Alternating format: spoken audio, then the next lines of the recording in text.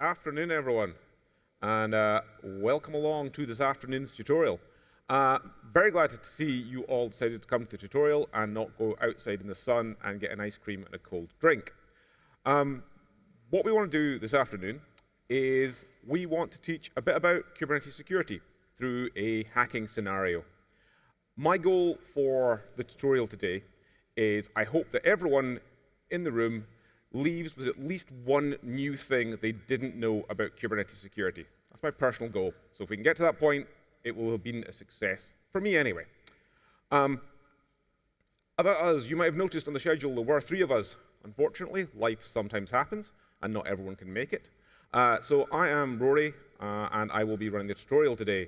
I've been doing container security now for around 9 years, and I do a number of things like help out with Kubernetes SIG security and also help maintain the CIS benchmarks for Docker and Kubernetes. So if you've ever had a bad CIS compliance finding and you're wondering who to blame, I'm the guy. Also, if this tutorial sparks an interest in Kubernetes security in you, then SIG security is a great place to learn more. We have meetings every other week. I think the booth will probably be shutting fairly soon, but we are around on Slack as well. And my partners in crime, who unfortunately can't make it, are Iain and Marion. So let's start. What are we going to do?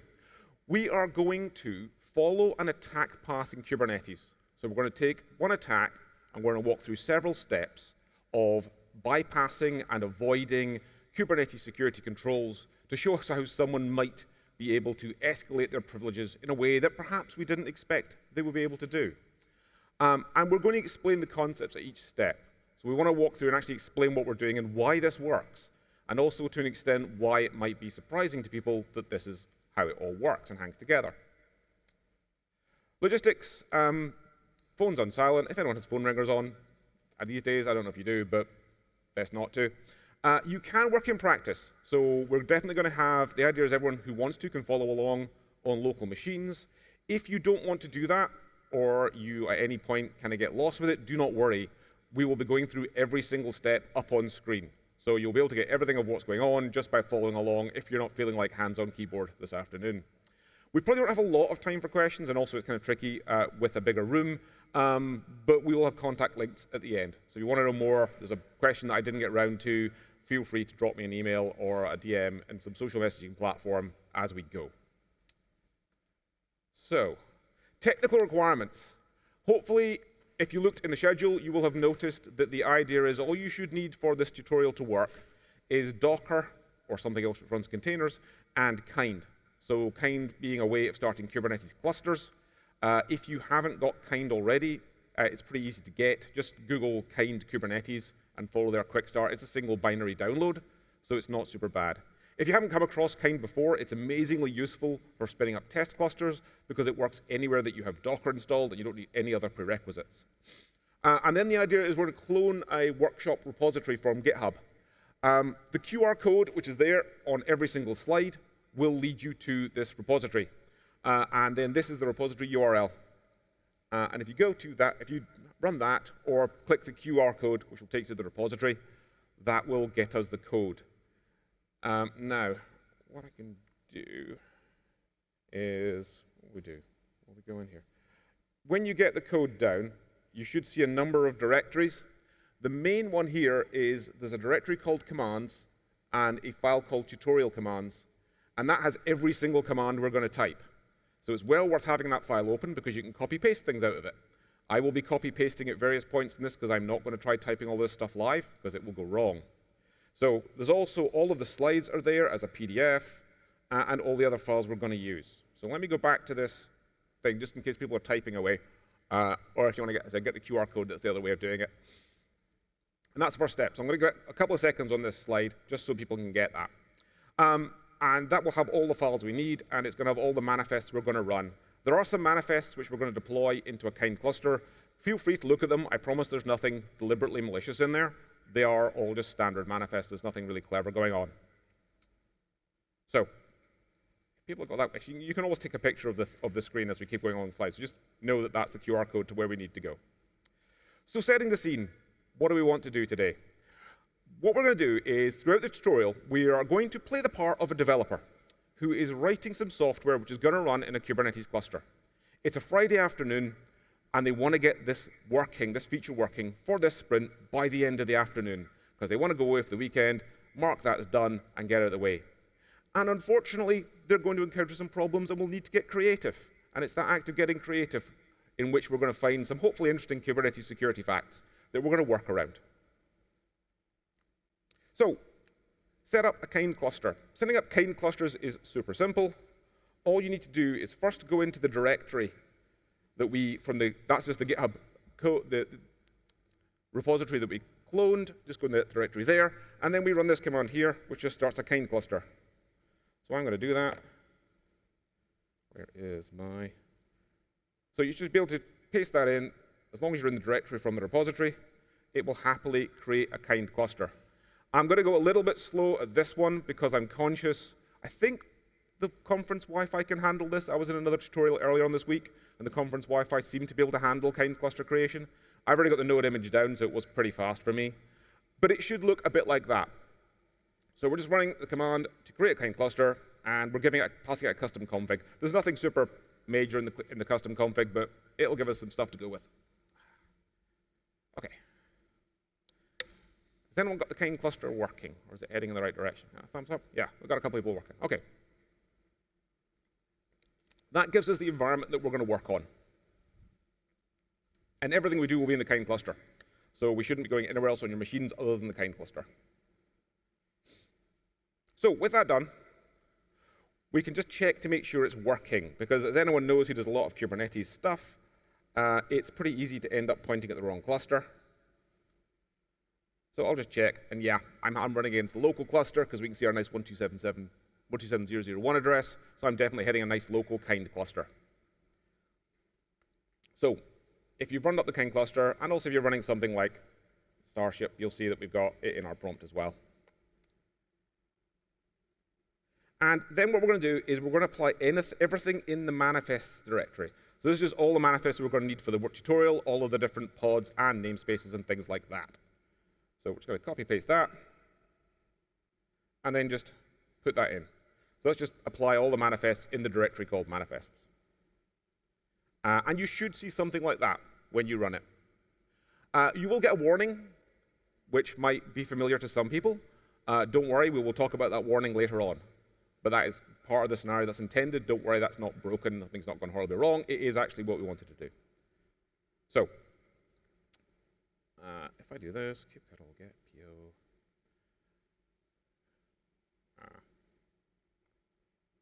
Things should hopefully be thinking about it.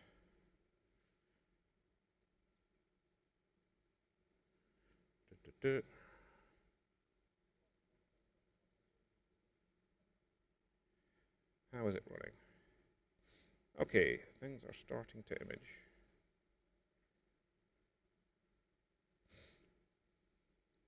I've got one on image pull back off. Hopefully that's going to fix itself.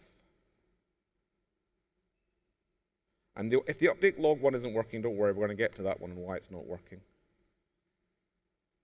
OK. So what I'm going to do is, before I do that slide, I'm going to talk a little bit about what we did there and some of the things we actually did behind the scenes. And then we'll come back and we'll make sure people's clusters are working. Because if they're going funny, we're going to give a little bit of time because I think it might be fun on the conference Wi-Fi. So how did that work? We have just spun up a cluster and we've applied manifests. From a security standpoint, what did we do? Well, we went through 3 gates with every manifest we created there. First, we had to authenticate the cluster. So we had to actually make sure that we had valid credentials. We then had to go through authorization. Are we allowed to do the thing we're trying to do? So create things, update manifests, create namespaces. And then we also had to pass admission control. And admission control is a very important step because it handles additional policy requirements. So even if you've got authorization, we can have admission control in place to say, actually, can this person do this specific operation? Is this manifest valid? Is it badly formed? Does it have all the things it needs to have? And is it trying to do something it shouldn't? So admission control is a third very important security gate. Authentication, usually, if you're working on production clusters, I would expect that you are using OIDC. So you're using your cloud provider's authentication service, and you're authenticating to a cluster. However, in Kubernetes, there are always other ways of authenticating to a cluster, not just the OIDC setup. Service account tokens are used by workloads to authenticate to the API server, but developers can also use them. And I've seen clusters quite a few times where actually they're used for human users as well. That has got some drawbacks. And also, some system components use client certificates for authentication. Users can also use client certificates, but I didn't actually write this slide, but I was meant to talk to it.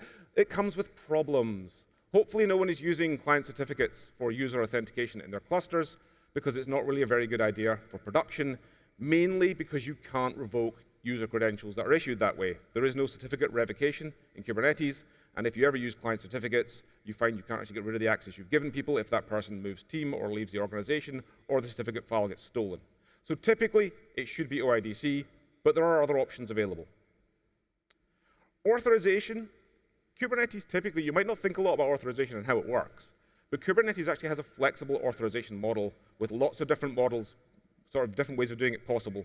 This is a standard API server flag from a Kubernetes API server in kubeadm, and there's two modes defined. Node is a specialist authorization model, which is only applicable to nodes. So when the node itself authorizes itself to the API server, it uses that plugin. And RBAC. If you're using cloud Kubernetes, you're probably going to have a third one in there. Not that you can look at it, because you can't look at the API server flags, but the cloud providers typically have their own authorization model there as well. You can always look at what rights you have from an RBAC perspective. These are very, very useful commands. We'll be using these later on. kubectl auth can I list gives you a list of all the permissions you have in a cluster as far as RBAC knows about them. And if you ever want to know exactly what's going on, you can always do -v9, and that will tell you everything about all the different areas of permissions that you have got. And we'll be running some of those commands later on. Right, so let's go back and let's have a quick look and see what's happening. So if I just do, oh, my workstation pod is not having a good day. Is anyone's workstation pod also facing that, or is it just me? Yeah, image pull back off. That's unfortunate, because we need that one. One of them were meant to be seeing the update log file.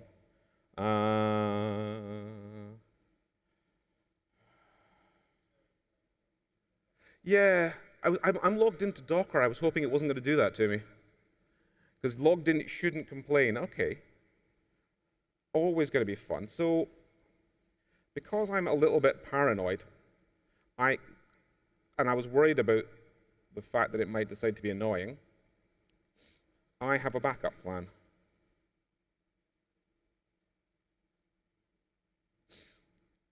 So it's always wise to have a backup plan for live demos, especially tutorials. I'm kind of surprised Docker Hub's complaining about that, because I did actually ask them about rate limits this week, and they said we're not putting the new rate limits in place this week, and therefore it shouldn't be a problem. But maybe they have to change their mind and put in rate limits.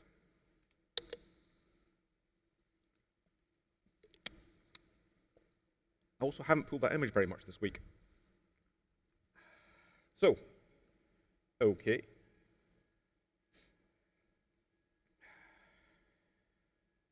OK. Did it work for anybody? Or did everyone? So it shouldn't have blocked it. Worked for some people. OK, so we obviously hit some kind of fun rate limit. Image's not been fast enough, which is surprising, because I was doing the... but let's just... What I'm doing here, actually, just to explain what I'm doing, I promise this is not a paid advert in any way, shape, or form. This is just a service I use, which I happen to like. I'm currently running in a ephemeral environment that I spun up in a place called Ixemuez Labs.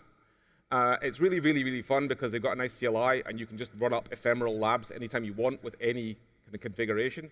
So this is just a lab I've got with all of my container tools set up, ready to go. And I thought, just on the off chance something goes wrong with the conference Wi-Fi, let's have this available. And as you can see, it looks exactly the same as if you were running. Yeah. And this should be coming from a separate environment, so I shouldn't have any problems. So let's check and see if this one goes better than the other one did.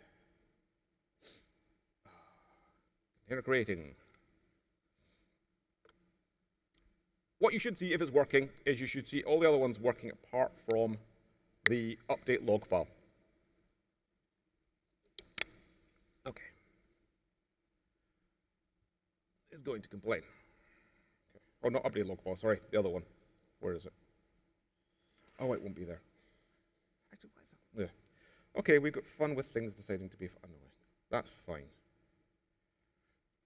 So what we're going to do, once you've got it up and running, is we're going to run this command here. And this is going into our, if everyone's got problems, thinking about it, the other thing you do is tether to your phone, and that should get around Docker Hub being annoying. Oops.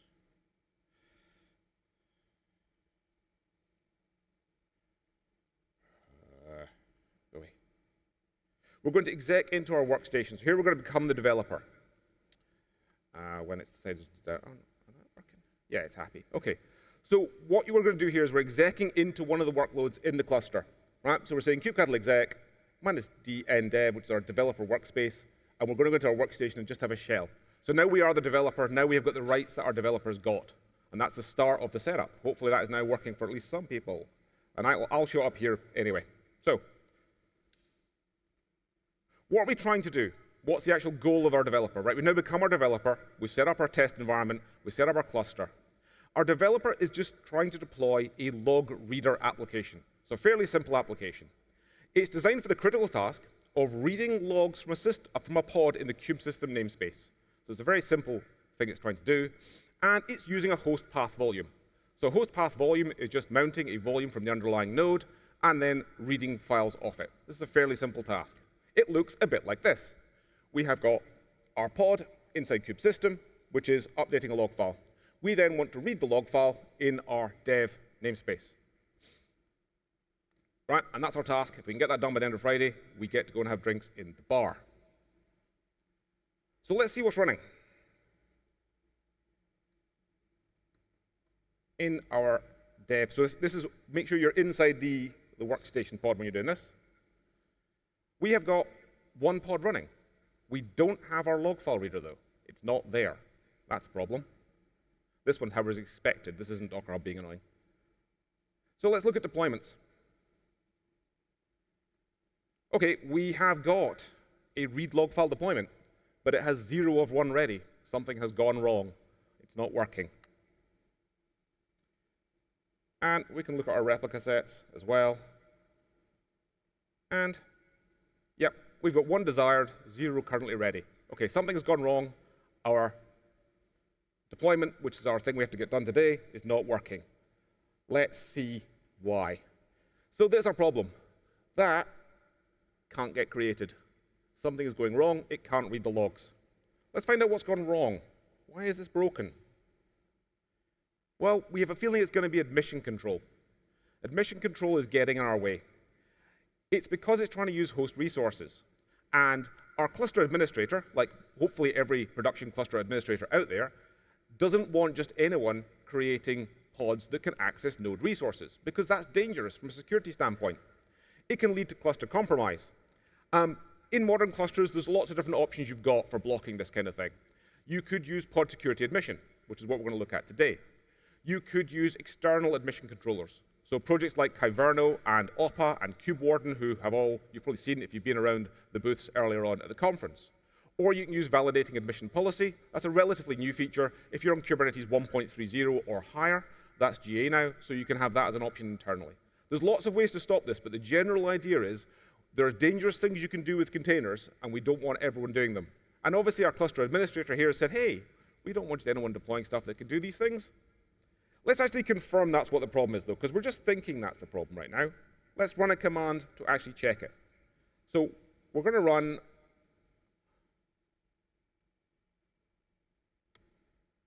yeah, that's the problem. I will say the error message at least is nice and easy to understand. It's not like super bad. Basically what it's saying is, hey, you're trying to create something which violates the baseline pod security standard. We're not going to let you do that. So the baseline pod security standard is the basic policy you can put in place with pod security admission. It blocks all the really obvious privilege escalation attacks. So the idea when we designed PSS was we said we want to not let people do things that would instantly lead to privilege escalation. So we blocked them. So it's not going to do it. OK.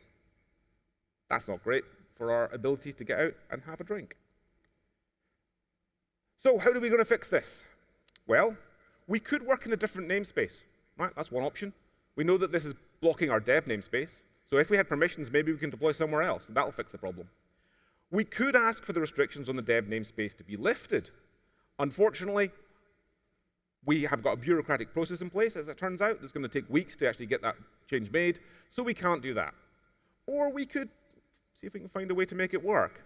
Maybe there's some way of getting additional access that let us get this done and get it knocked off the checklist. That's what we're going to do. Let's see if we can do that. So before I get into the stuff where we do things that people probably shouldn't inside clusters, I always do this. We always do this when we do these kind of tutorials and workshops. What we're showing you here is technically possible. Please don't do anything like this on clusters that you do not have explicit permission to do on. So don't go back to your production clusters and think, haha, I can do this sort of things on my production. Please don't do that, because it's not a good idea, and it can legitimately get you in trouble with either your company's security team or, in extreme cases, legal law enforcement. So don't do anything illegal. No crimes. Right, let's look and see what permissions we've got. Right, what can we do here? Let's go and see what we can do. So this is where we're going to use that command we talked about before, auth_can_I_list. It's a very, very useful command. So let's quickly look and make that a little bit smaller. So hopefully it will stay on the screen. There we go. We have got some permissions in the developer namespace. We can do things to pods. And we can do things to pod logs, we can do things to pods, we can do things to namespaces, and service accounts and deployments. So we've got some rights, but these are really only read-only rights. The only thing we can really do here is we can create pods, which is kind of nice. So let's also just check, because one of the ideas we had, right, was maybe we can just deploy in a different namespace, and that may be one thing you'd think of. So the kube system namespace is almost never restricted. It just doesn't get restricted because the pods in kube system need to be able to do privileged things.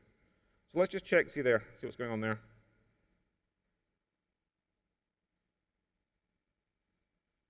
Here, unfortunately, it's sad face time.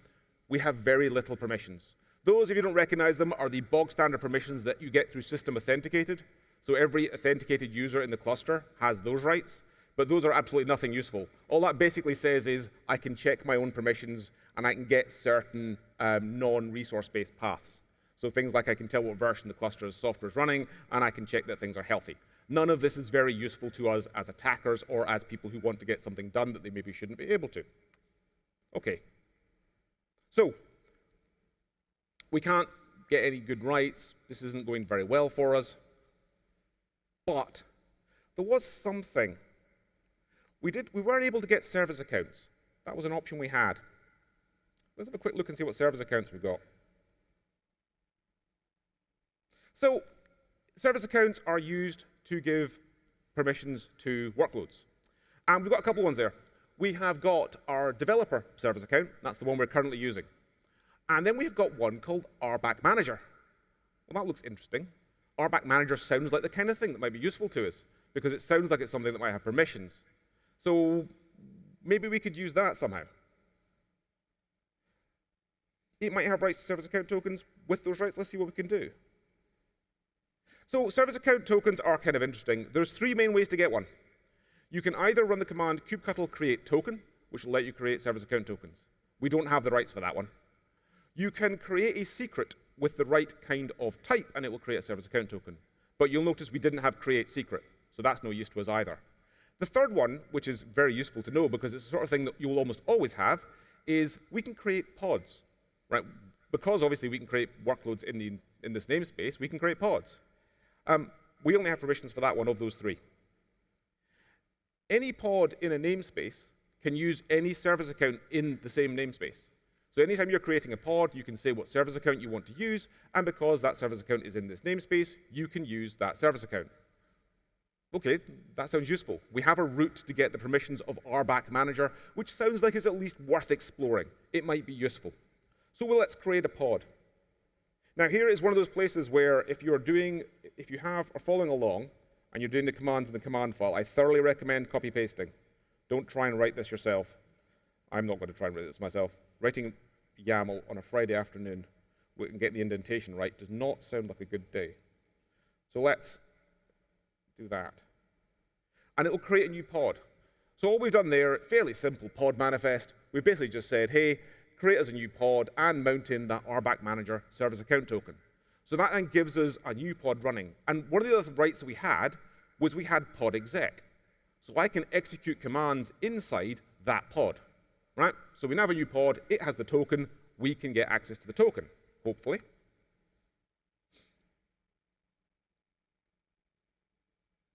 Okay, cool. So that sounds like we're making progress. Let's just check and make sure that pod came up. It should have done. If you manage to get the first one working, that one should work as well because it's the same image.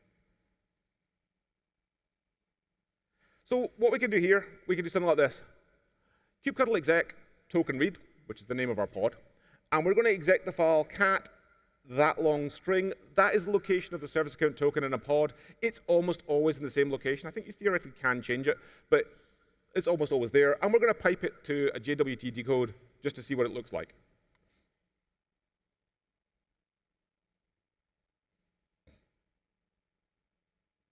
So let's do that.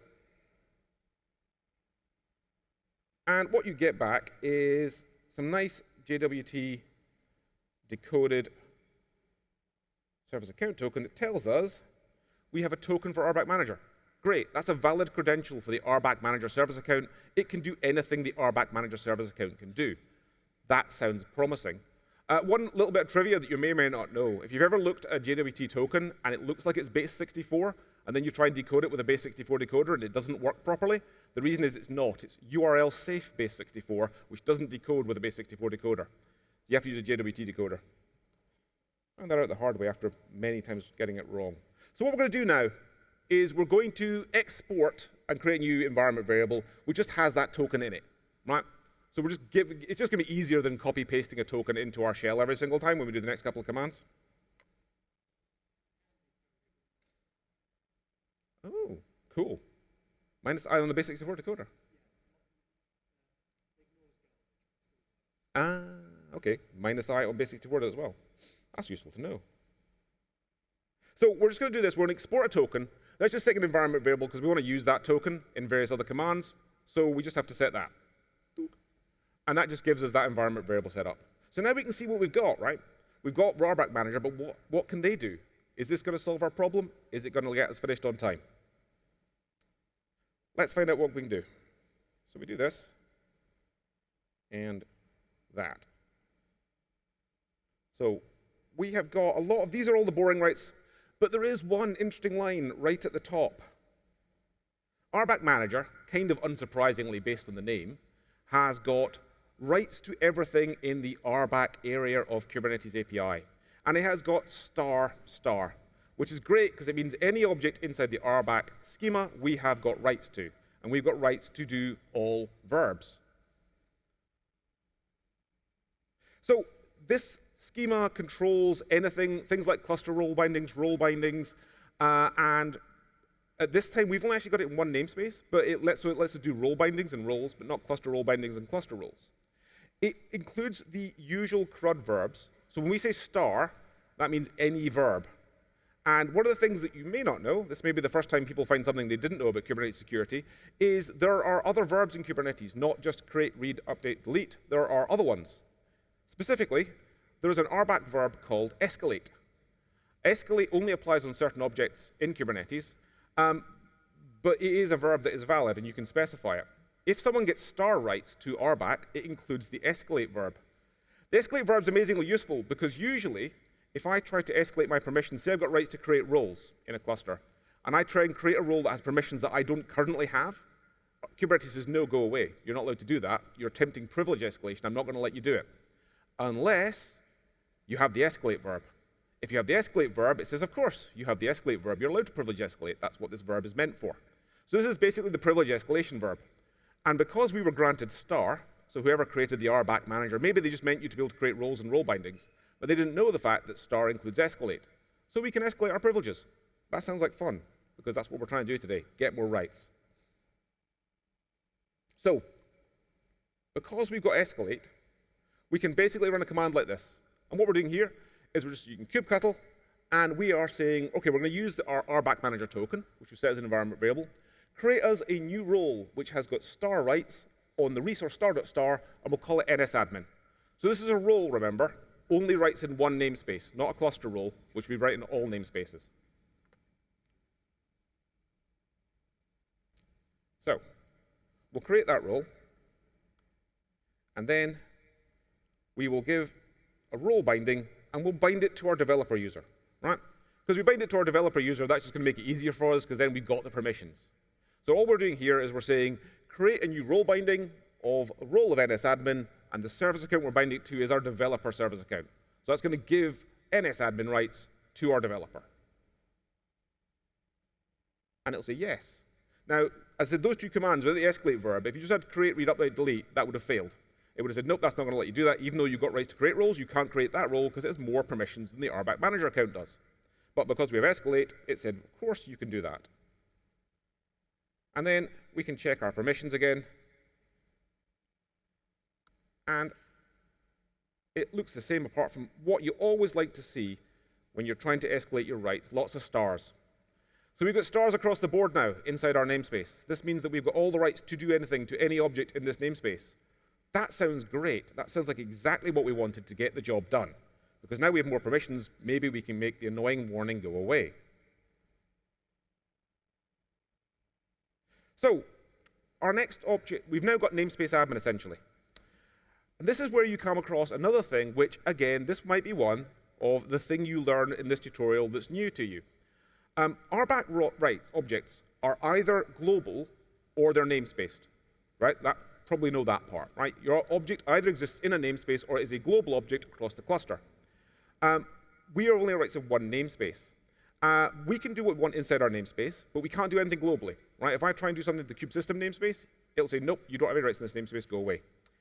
Namespace objects themselves, though, this is where it gets a bit funny because I'm going to overuse the word namespaced. Namespace objects are sometimes global and sometimes namespaced. Specifically, requests in a namespace for that name, I didn't write this bit, requests in a namespace for that same namespace are namespaced. And I'll explain what that means in the next slide because that sounds like gibberish. One of the things you can do, now you have rights inside the one namespace, is you can change labels on the namespace. Because labels are something you can change on a namespace object once you have full rights to it. Now, that's where you get to a fun implementation detail of pod security admission, which is that pod security admission is enforced as a label on a namespace.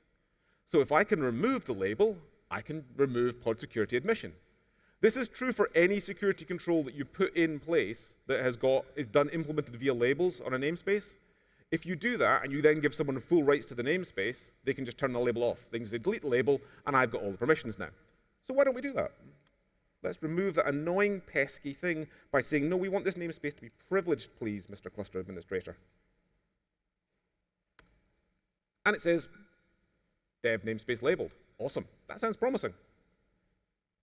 So let's just do kubectl get pods again.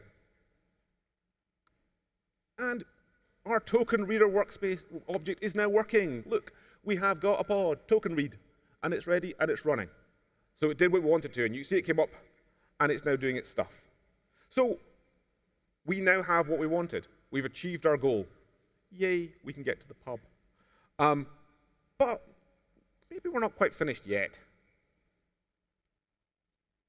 So let's just recap what we did there. When we started this workshop, we were developers. We had got rights to do the kind of things developers would be able to do, but not a lot more. And then because of a service account that had been left in our namespace, we were able to get our permissions a bit higher. And then because of maybe a misunderstanding of exactly how RBAC works, we were able to get even more permissions, and actually the point where we owned the whole namespace.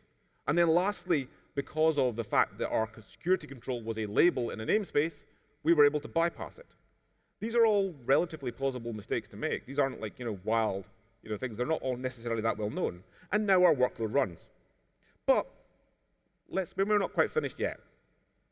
What else could we do?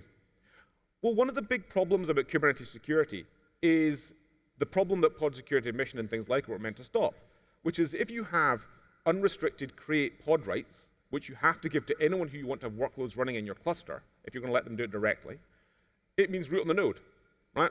because Kubernetes is distributed remote command execution as a service. That's what it does for a living. And if you don't lock people down, they can do interesting things. And this can lead to privilege escalation. Now, we're thinking, it's very useful that we've been able to bypass this control and get what we need to get done before we leave for the day.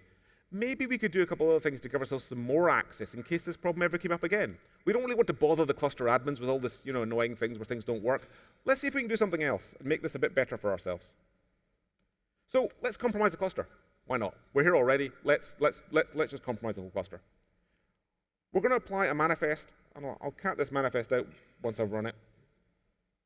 We're going to apply a manifest called node root, and you can probably guess what it is by the name. If I cat, this is a fun manifest. I used to use this manifest all the time in pen tests, and it's a very fun manifest.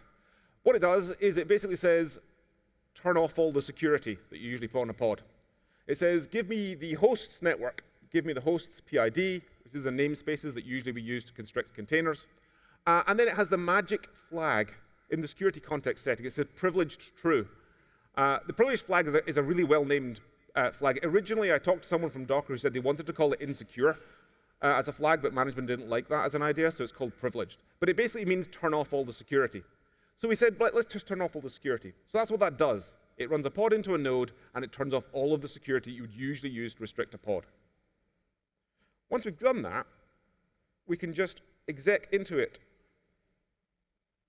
and run the command chroot host. And what it does is makes us root. So we're rooting the node now. We are now the full root user on, in this case, a control plane node. If you had a cluster with 100 nodes, you could run the same thing as a daemon set, and you could run one of these onto every single node in the cluster, and you get to be root on every single node in the cluster, which is fun, because it means you can do whatever you want, and then you don't have to worry the admin with any pesky problems you might have. You can just get access. And this is full access, root access to where you are. You have everything you ever wanted. You have all of the processes. This is a control plane node, so it's got the API server and everything else running on it. So that's nice. We've got our access. But that's only access right now. What if someone comes back in on Monday morning and realizes that pod security admission has been turned off accidentally, and they turn it back on again? Then we're going to have this problem again. So what else could we do? Well, now we're here. We might as well see if there's anything useful in the node for us to use. Maybe we want to come back later and do some more stuff. It would be really handy if we had a way to fix problems we had. Maybe we need some better credentials. If we had a credential that wouldn't expire, that would be even more useful, wouldn't it? Because that's one of the other annoying things about creds. They tend to expire.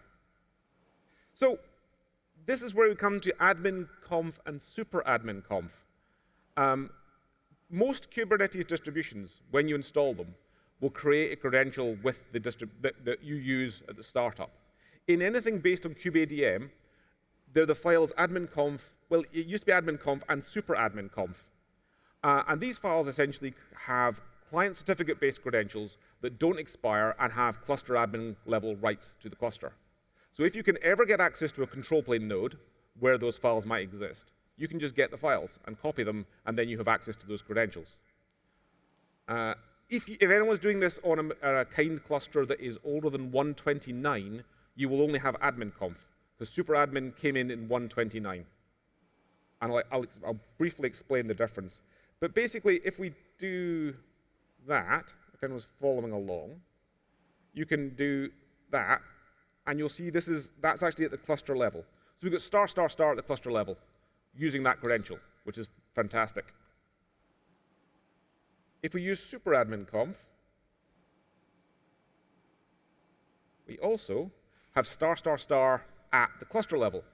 And at this point, you might say, well, what is the difference? You just told me there's two files, and they seem to have the exact same rights. And the difference is that superadmin is in a group called system masters. And system masters is a special group in Kubernetes. If you have a credential that is in system masters, it doesn't touch RBAC. You can't remove its rights in RBAC. You can take every single line out of RBAC that there is, and that credential will still work and will still give you cluster admin. If you look at the Kubernetes API server source code, you'll find why. There's actually a hard-coded bypass for all authorization modules if you use a user in the group system masters. So typically, you shouldn't be having credentials that are in system masters unless you want to be able to do something like coming back in a year's time and still having cluster admin no matter what's happened in RBAC. And the reason is they used to have one file that only had system masters, and they split it up. So this one really shouldn't be given to anyone. The other one, at least you can revoke its rights by taking away the binding to the cluster admin group. So we could have that credential, and that would be super, super useful, because then we could come back anytime we liked and fix any other problems we happen to have with our cluster. So that sounds really useful. All of the rights.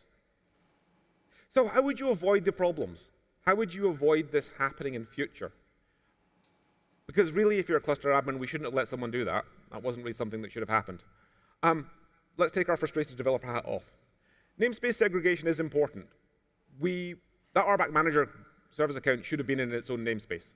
It shouldn't have been in a namespace that other people use, because it has got lots of privileges. It should have its own dedicated area where you deployed it to. And in general, if you're going to create service accounts with privileges, and you don't want everyone else who can deploy workloads to that namespace to have those rights, then you don't actually, you want to split it up.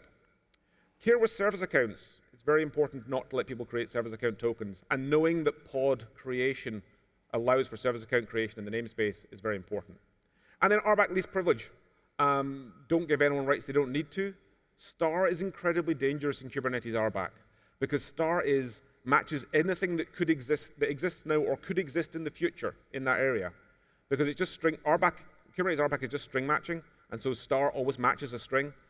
So realistically speaking, if you give someone star to anything, so star star star means literally anything that exists now or could ever exist in this cluster, because it is just string matching. So all of those things would have helped us avoid the problem. Now, that was kind of fun, but we've done pretty well for time. So let me just go on a little bit, because I thought we might have time. And I wanted to demonstrate one more thing, which I thought is a kind of fun bit of hacking. We're going to exploit an unpatchable Kubernetes CVE to finish off the afternoon. So if you don't know, there are, and it's from 2020. So this CVE was discovered in 2020, and there is no patch for it. It exists in every single cluster that there is, and you can't patch it. There are actually five. I wrote this slide, and then I forgot to update it. There are currently 5 unpatchable Kubernetes CVEs. 4 of them relate to networking, and 1 of them relates to Git repo volumes. It's fairly new, though, which is why I hadn't mentioned that as a 5. But we're going to do 1 of them. And they exist pretty much in every cluster you can get, because there's no patch. So we're going to exploit something called CVE 2020-8554. And it's one of my favorite CVEs to exploit, because it's really fairly simple to demo, he says before running the demo script. It should work fine, and it's quite interesting, because it illustrates something about how Kubernetes works. The way it goes is this. Say I've got 2 different namespaces owned by 2 different teams. One namespace, the one in green, wants to make a connection to an external website and get some resources or get some data. Right? The people over here in the bad namespace can hijack the traffic of these users and can say, I don't want this to go to external web server. I want it to come to our internal pod, any internal pod that they've got control over. And they can hijack the traffic and actually make it go in their direction. And this is kind of a feature of Kubernetes. Well, and it is a CVE, so it's not. It's a bug, but it is also a feature. So let's actually try that out. I'm going to exit out. If anyone is following along and is in the shells, we want to be all the way back to our repository. You want to be back to where you are here. And then I'm going to go into the CVE directory. So we're going to demonstrate this just by creating a little kind of client pod, which will be the green namespace pod. And then our bad namespace people will create a deployment and a service. And they're going to hijack the traffic that user's trying to send externally. So let's do that.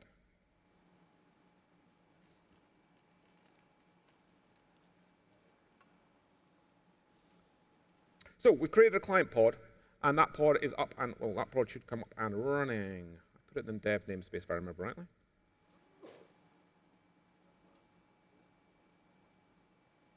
Yep, it's up and running. And that pod wants to get some data from the very important internet service ICANN has IP. So we'll actually check to make sure it can get to that service. And it can, right? So ICANN has IP, just gives you back your IP address. There's lots of services which do that. I remember that one because I always remember the name, because I'm old enough to remember the meme. But now we're going to hijack that traffic.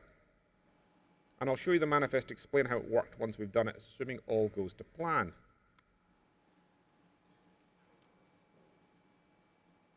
We're going to create a deployment and a service. And once we've done that, we're going to go and try again. Give that a second to come up. And suddenly, our request has changed. And instead of being a request that's gone to an external web server, it's gone to an internal instance of the Nginx web server. So we've hijacked the traffic. That will work in any Kubernetes cluster you try it in, unless someone has specifically blocked the feature that it is, or the other one is if you are using Cilium in non-kube proxy mode. It won't work there either, if I remember rightly. So what did we do there? We have just essentially exploited a traffic hijack inside a cluster. This is a Kubernetes 132 cluster. This is fully patched. How did that work? The magic came in the service. So in Kubernetes, another lesser-known fact, hopefully a thing that you might know that you didn't know before about how Kubernetes works, is there are different service types. And you can see here, one of them we've got is we can specify external IPs. And that's what we did here. You can basically specify any external IP you want, and then the Kubernetes will say, hey, if anyone makes a request to that IP address, it actually belongs to this service and not any other thing it might otherwise have belonged to. And the reason that works that way is because Kubernetes services are just IP tables rules. When you create a Kubernetes service, what you're actually doing is having an interface to create Linux IP tables rules, and a Linux IP table rule can redirect traffic. That's one of the things you can do with IP tables. So that's exactly what a service object is. It redirects traffic. And that's why it doesn't work in Cilium. I am right thinking about that, because in Cilium, they don't use IP tables rules if you replace kube proxy. So basically all we did here was these are the two IP addresses that belong to ICANN's IP. You could change those for any other IP addresses you like. And then we said, if you get any traffic that's going to those IP addresses, don't send it there, send it to the deployment that we created, hijacking the traffic.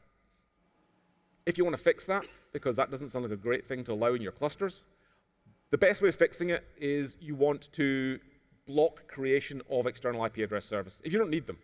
Probably a lot of clusters don't need that as a concept. The best thing to do is have an admission controller and say to your admission controller, hey, don't allow anyone to create those, or maybe only allow it in a specific namespace and then have control over who can deploy to that namespace if you do need that feature. Hey, why did that work? Yeah. Kubernetes uses IP tables rules, and IP tables rules can redirect traffic. Yeah, if you want to stop it happening, RBAC is obviously you don't want to let people create services, and admission control, the two best ways of doing it. So, that went quite well in terms of time. But let's just talk a little bit about the goal of this, and hopefully, actually, show of hands, did people learn something they didn't know about Kubernetes security? Did I succeed this afternoon? Yay, I succeeded. Awesome. Thank you very much for that. The goal of this was to try and say, look, Kubernetes can be a bit complicated. And there are lots of little, and we've talked on some of them. I could literally have done another 10 of those without too much difficulty. There's lots of different little things in Kubernetes that you don't necessarily know or think about. Generally speaking, the best way to handle them is try and be very careful with permissions you give to things, be minimal access, and segregate stuff as much as possible. If you've got things you really don't trust, maybe you want to put them in separate clusters, depending on how confident you are that you can actually know all of the places where someone might do something like this and escalate their privileges or get somewhere else. If you want more resources, a couple of things that might be useful. My blog is the Racine link there. I've written about most of this stuff at various times. There's also that talk site. If you ever like Kubernetes security talks, I've put a searchable index of every security track talk from every KubeCon going back to 2016. There's like 300 talks, so unless you really can't get to sleep, that should make you, have a nice time and get to sleep. As I mentioned earlier on, SIG security on the Kubernetes security on the Kubernetes Slack are great places to get more information about this kind of thing. If this has sparked an interest and you want to learn more of these weird and wonderful places that Kubernetes might be a bit odd from a security standpoint. And also tag security on the CNCF Slack. One thing that's not on the slides that I promised to someone else at the conference I would mention is if you like hearing Scottish accents and talking about Kubernetes, KCD UK this year will be in Edinburgh in October. And we would love to have everyone come up to Edinburgh and join us for KCD, which will be, obviously, I think it's middle of October, if I remember rightly, but later on in the year. And now, with that, I've got some time for, is everyone got any, contact details, I promised contact details. Contact details there. Happy to take questions that way. We've also got time if anyone wants to ask any questions now. Yeah.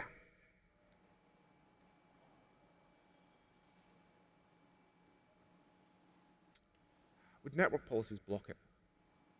If you were blocking...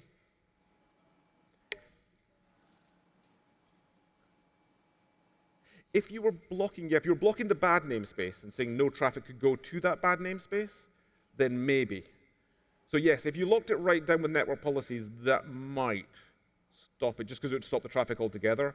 But I think the idea here is the bad namespace people. Yeah, you might be able to block it with that as well. That's a fair point. Yeah, network policies might also manage to block it.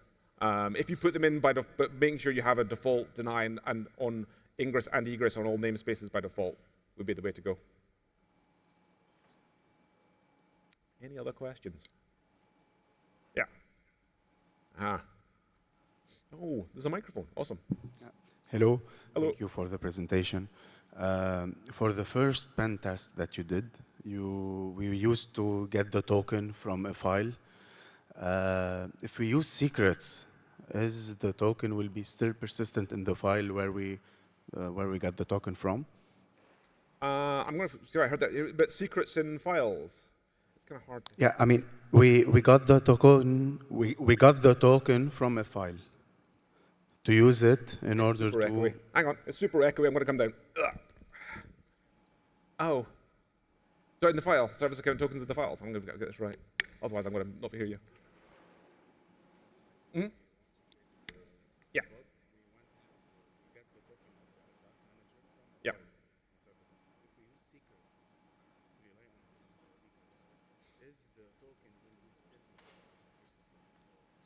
Oh, yeah, yeah. So the question is, if we use secrets, would the token still be in the file? The answer is yes. You typically have to put secrets somewhere inside pods if you want them to use them. So you've got to either put them inside a file or you've got to put them in an environment variable. Ultimately, it's the problem with secrets is if you want people to use them, they have to be somewhere for people to get them from. You can make it harder for people to get them, but because I can create a service account in a namespace, I can say where I want it to go, so I can say I want it to be there. The secrets, because we didn't have any rights to get secrets in this scenario. We only had access to create pods. So yeah, it's still generally accessible. Any other questions? Have I said cold drinks and ice cream in the sun far too many times, and everyone now can think of nothing else other than it's Friday afternoon? In that case, thank you very much for your time, and I hope that was useful.